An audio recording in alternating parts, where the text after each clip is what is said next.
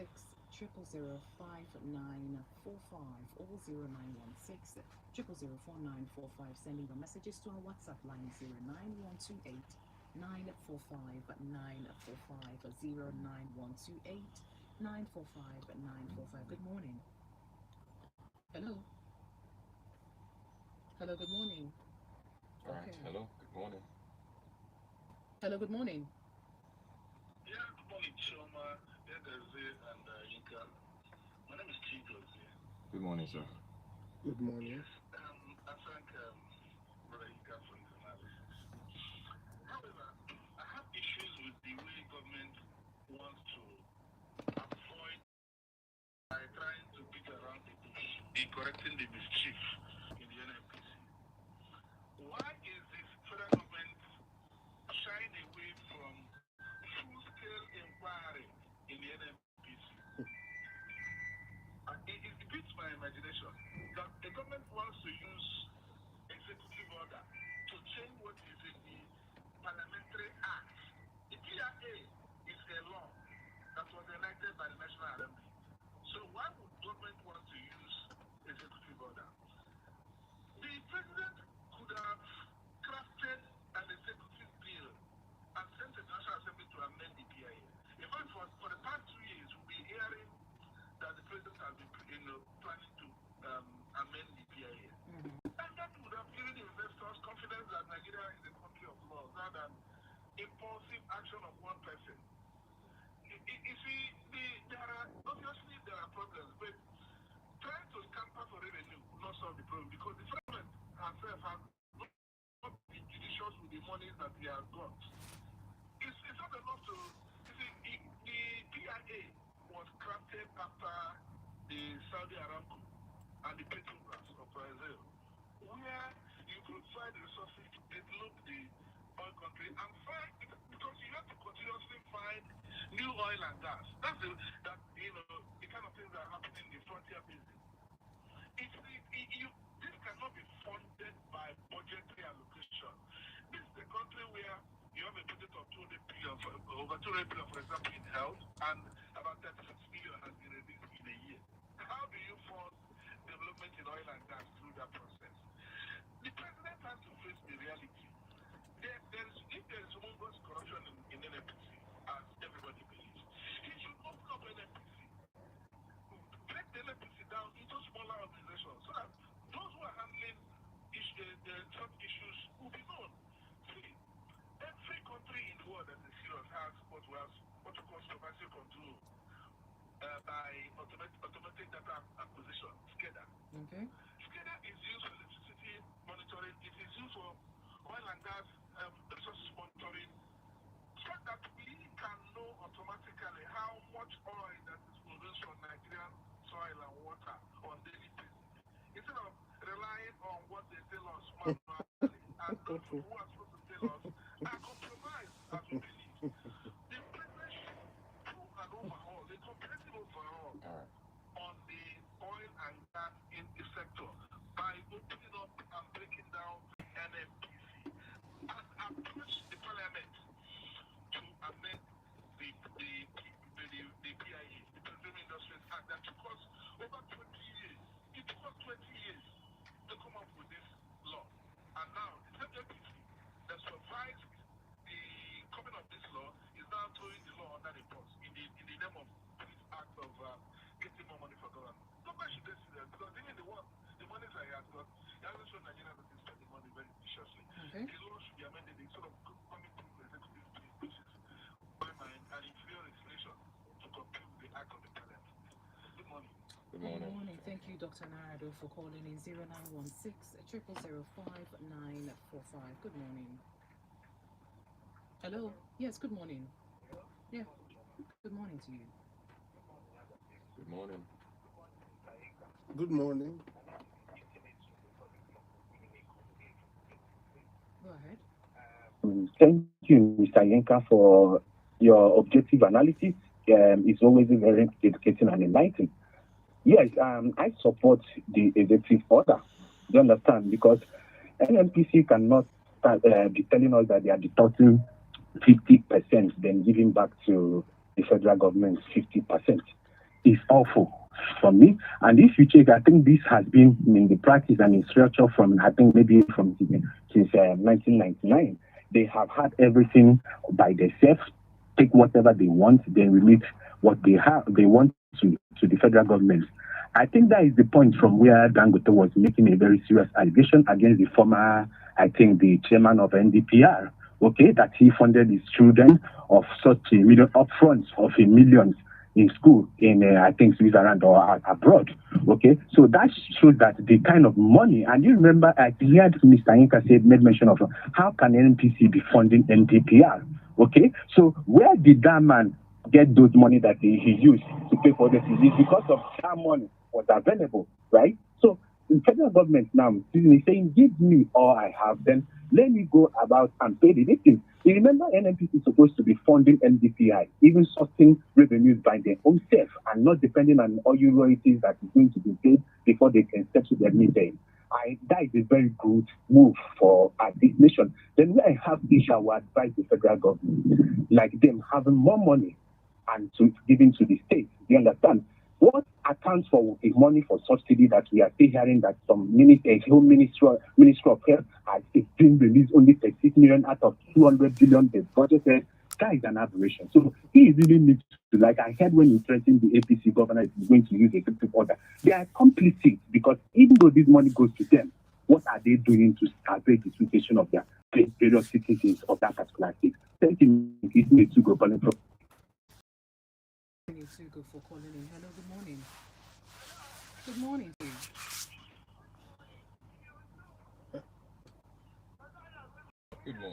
Good morning. Good morning. Dr. Nardo, it makes it sound so easy and simple. Listen, financial money, finances from oil money is not static. I don't know why our government wants to keep making things static, especially when it's not coming from one source.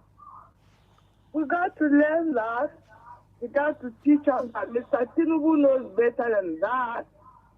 He makes things look a bit too safe, isn't it? So where are all the money is going to then? Where are we going to throw them? It makes us feel stupid. I don't like it. So let's begin at least dissipate this thing. Make them look normal, like human beings are making the money and sharing them and stealing some too. Have yourself a good day. All right, I thank you all for calling in. At this point, we'll go for a quick break. When we return, we'll take more of your calls, please.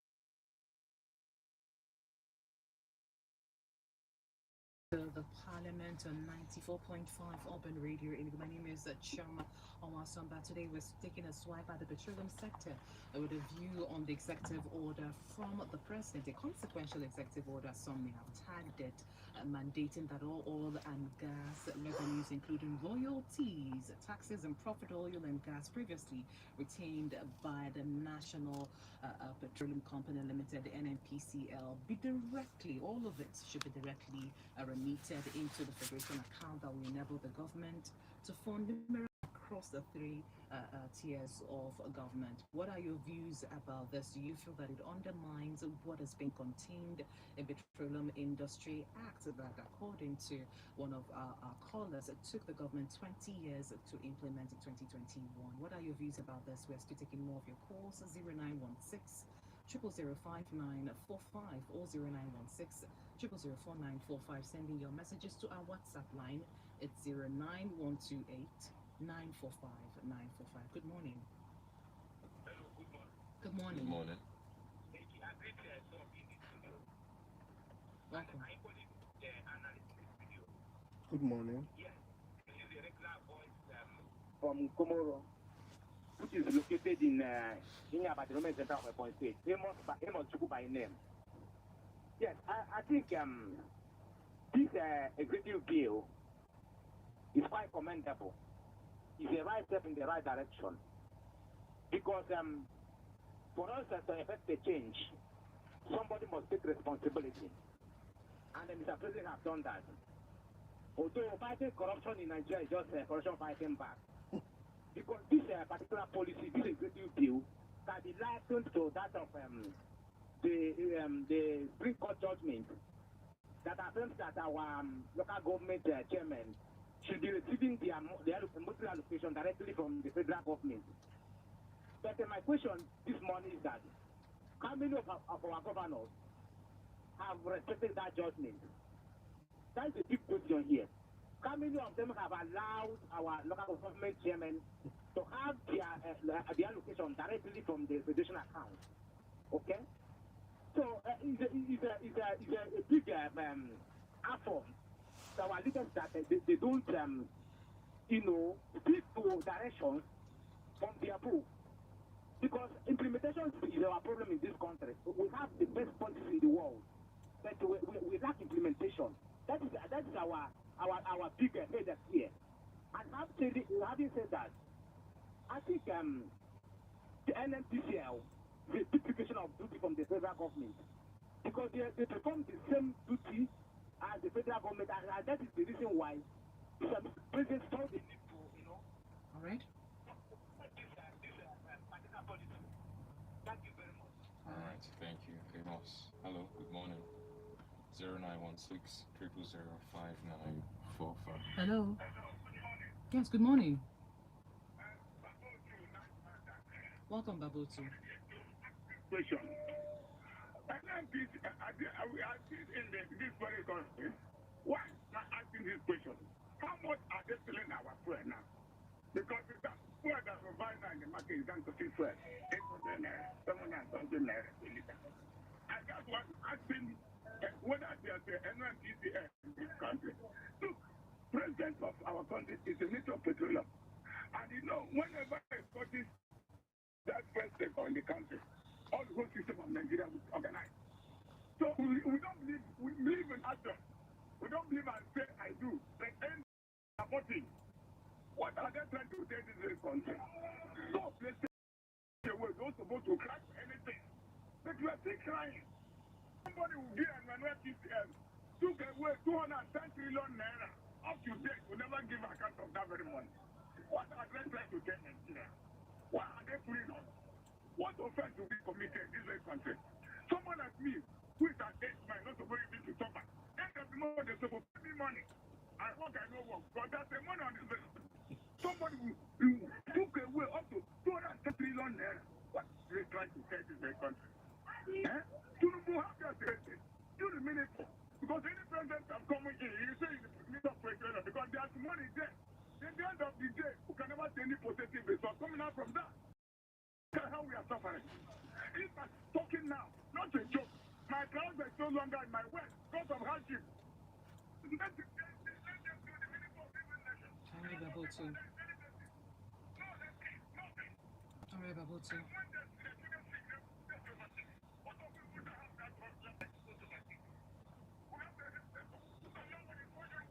Alright, Babotu. Okay.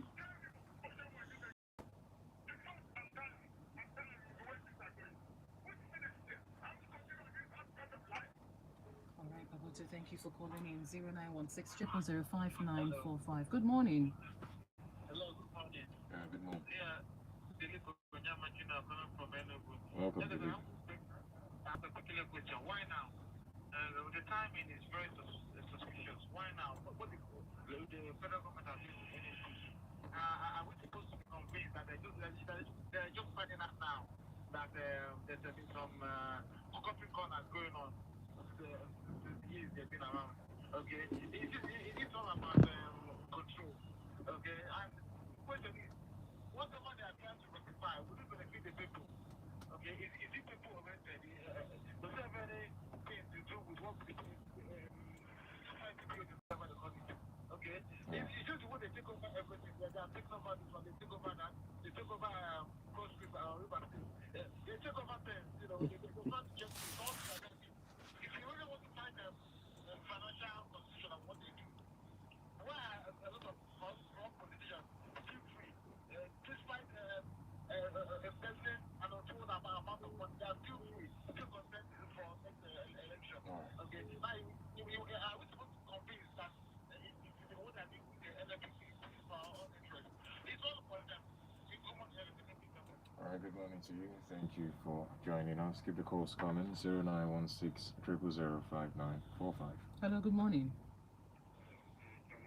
Good morning to you. Good morning. Good morning. Your name and where you're calling us from. Okay, go ahead, Bishop. Issue is good. You can't be a referee and also a player. It's either you have a team or you are a referee officiating the game and regulating the game. They can't join them. NPC, Nigeria Electricity, and Nigeria Politics. If you like, you now join religion. The corruption in these 4 things, there's nothing we can do about it. These 4 things now, the corruption there, we cannot do anything about it. My problem is that this thing they are doing, I don't know if you make them to reduce the price of fuel. Can it happen? The point also is that when you give somebody something to give somebody, it might not get to the right time, or that a particular amount might not get to the person. That's what federal government is trying to do. But how are we going to benefit? Will they sell 1 liter 500 or 200, or how are they going to do it? The corruption is there. Hello. Okay, we lost connection with that call. 0916 0005945 or 0916 0004945. Those are the numbers for you to call. Good morning. Good morning, John. Good Good morning. morning. Good morning, Yaya. Good morning. Okay. Good morning to the great. Good morning. My name is Gabriel. I am calling from the so-called minority local government area of Second State. Go ahead, Gabriel. I want to ask a question. Why now? NMPCL.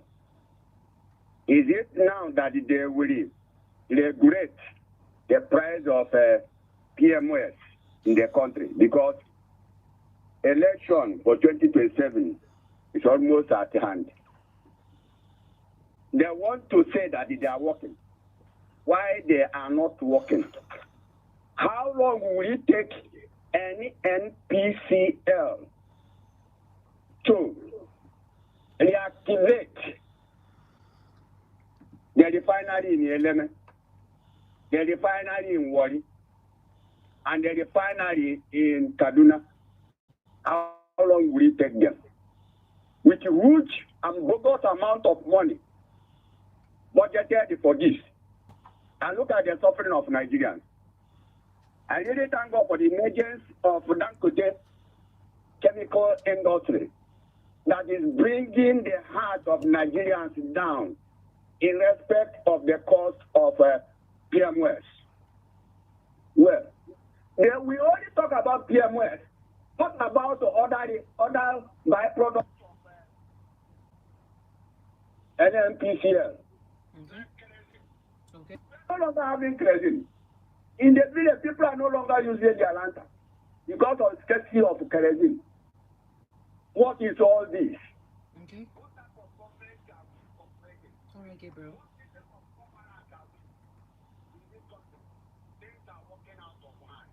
All right, Gabriel, thank you for calling in. Let's see if we could take one more call. Hello, good morning. Hello, good morning. Good morning. Your name again? Okay. Welcome, Ezege. With Nigerians.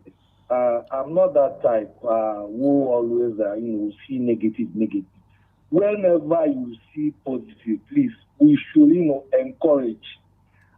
This very executive order by the president is a welcome development, and I'm supporting that. More grease to his elbow. If we can move from $3.9 billion foreign reserve to $40.14 billion now, it means the president is working. Somebody has to pay the price. When he came in and he removed the fuel subsidy, where everybody was shouting, I think things are beginning to stabilize. All the president needs is support. I think it has not been easy for us, but somebody has to pay a price for we to get a better country. That's just what Nigerians need to understand. This thing takes time. Thank you for picking my call. All right, thank you so much for calling in. 0916 0005945 or 0916 0004945. Let's see if we can squeeze in one more call before I Hello? take message. Hello. Yes, good morning. This is the last call now. Okay. My name is Daddy Mo. From Daddy Mo. The two last speakers, the man that talked before, but said they talked about refinery. Yes, I was explaining everybody to ask our resource person that is a simple question. What's happening to our refinery? Is it somebody that is holding that refinery in his own family? Is it somebody that is marching on that refinery? Yeah, in Africa, Nigeria, African giant continent. Nigeria, the giant of Africa. Our refinery. My brother and sister, they're over there. I'm not happy. Thank you very much. Thank you, Daddy Mo, for calling in. We'll take messages here on our WhatsApp. Now, this one says, my name is Wakibia from Oboji. Says, greet the president signed, okay, says graciously, the president signed the executive order, which makes it mandatory that accrued from all monies amounted from the oil be paid into the federation account, and from this allocations to all tiers of government will be increased. Unfortunately, such increase in allocation does not translate to the well-being of the people, whereby the health and educational sectors suffer most. The juxtaposition subsidy was removed and more money made available to states and local governments, yet some states still foot dragging in the payment of gratuities to retired civil servants who are dying in droves, and not to talk of some states not paying workers the new minimum wage. Okay. This one says, good morning, Auburn Parliament. Comrade Eji Kono from Ungo. I commend President Bola Tinubu on his executive order towards the financially spending an NNPCL. For years now, NNPCL has not been financially transparent, accountable to Nigerians, and I urge Mr. President to totally overhaul the system and to bring book those embezzling those funds. Thanks, Yagazit Sherman, your guest. Comrade Jikono, have a nice day, and you too. Good morning, Yagazit Sherman and Mr. Olayinka. Love me from Transekoli says it's quite unfortunate that this government, led by President Tinubu, is not sincere and transparent to the people of Nigeria. Let me digress a bit and ask this question. What has the fund gotten from fuel subsidy removal been used for, and who is accounting for it? Okay, now, in increasing allocations to federal, state, and local government, the remedy to improving the lives of citizens, because all along, prior to this time, whatever allocations that goes to any of these arms of government has never been accounted for, and that's where the problem lies.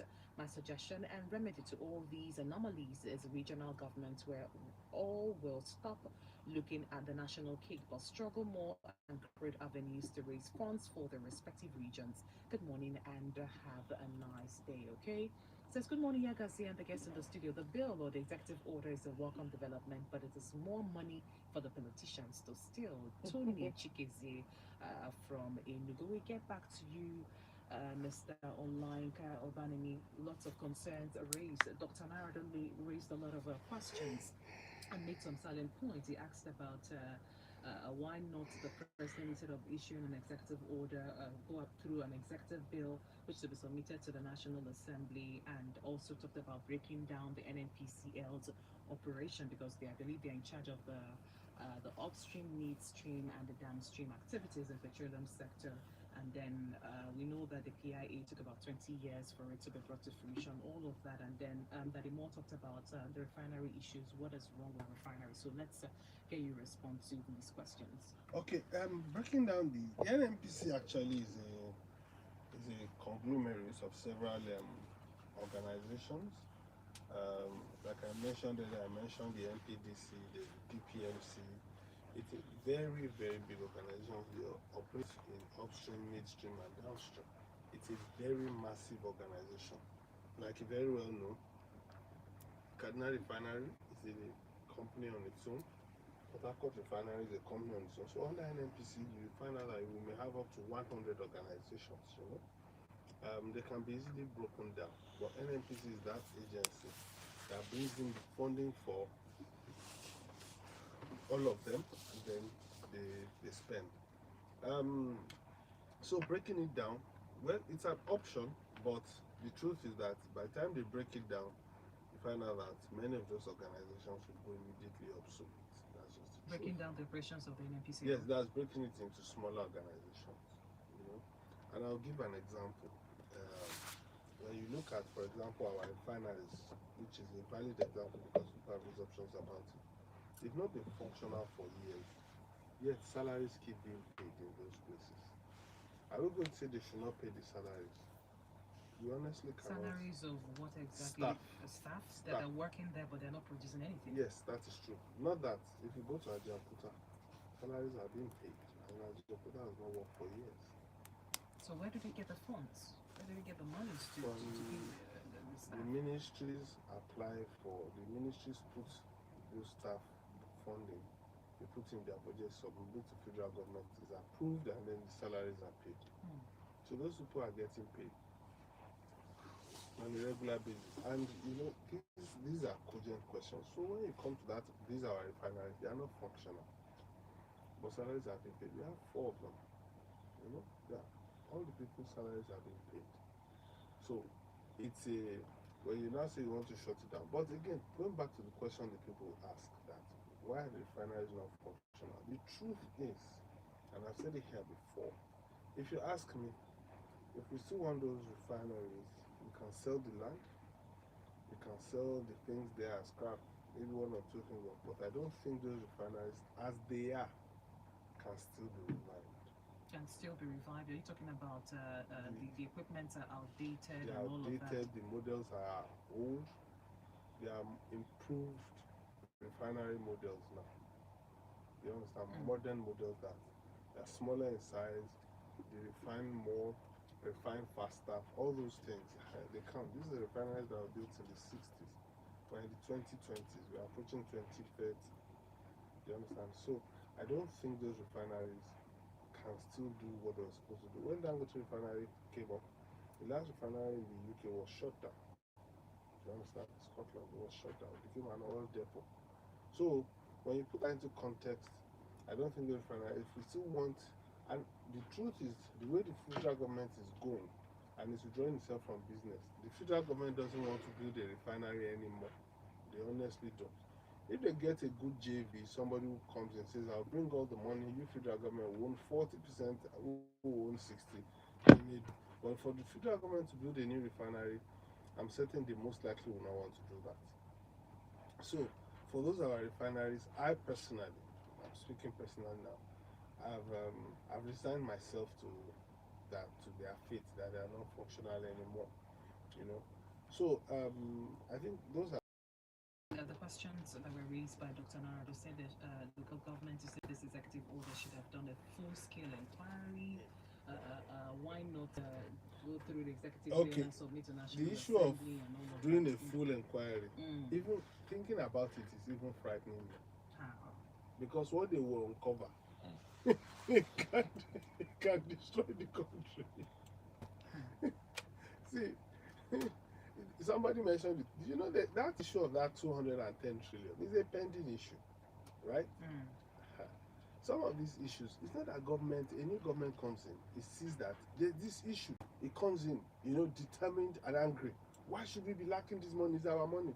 When they look into it, they see everything. It's part of why, if you ask me, this is to forestall issues like that this executive order has been done. When you look into the mess that you find there, as you dig further down, it's like going down a rabbit hole. Messier. Something begins to speak to you that, Oga, leave this thing, you destroy the. So some of those things are that bad. Destroy the country or bring some people to book. I think maybe it's the amount of work that needs It's to be not done some to people, uncover. you bring everybody To to uncover what has been done, isn't it? You bring everybody. Don't say some people. Everybody will be brought to book. Even people who don't know. You don't know. They send the portion to your account. We're not working at the NMC, so I wonder how we were brought to book. So that's how bad it is, So for that, while I agree people should be held accountable, I think first, let's look for a way forward. Let's stop the process of those kinds of dirty loss of money, recklessness. Let's stop it. Let's progress in the right direction while we now look for a way to resolve what has passed and bring people to order. If you get what I'm talking about. So that's one of those things that I think about the government waiting to go through the National Assembly to get these things done.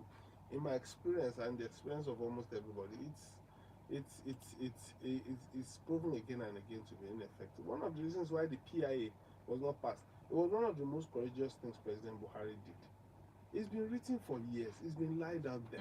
But some people just keep sponsoring and fighting against it, such that it never came to light. So by the time it was passed, the honest truth was it was an old law that was passed. Do you understand? Which is partly why we're having this conversation. If it was a modern law that was passed immediately when it was done, it was going to be different.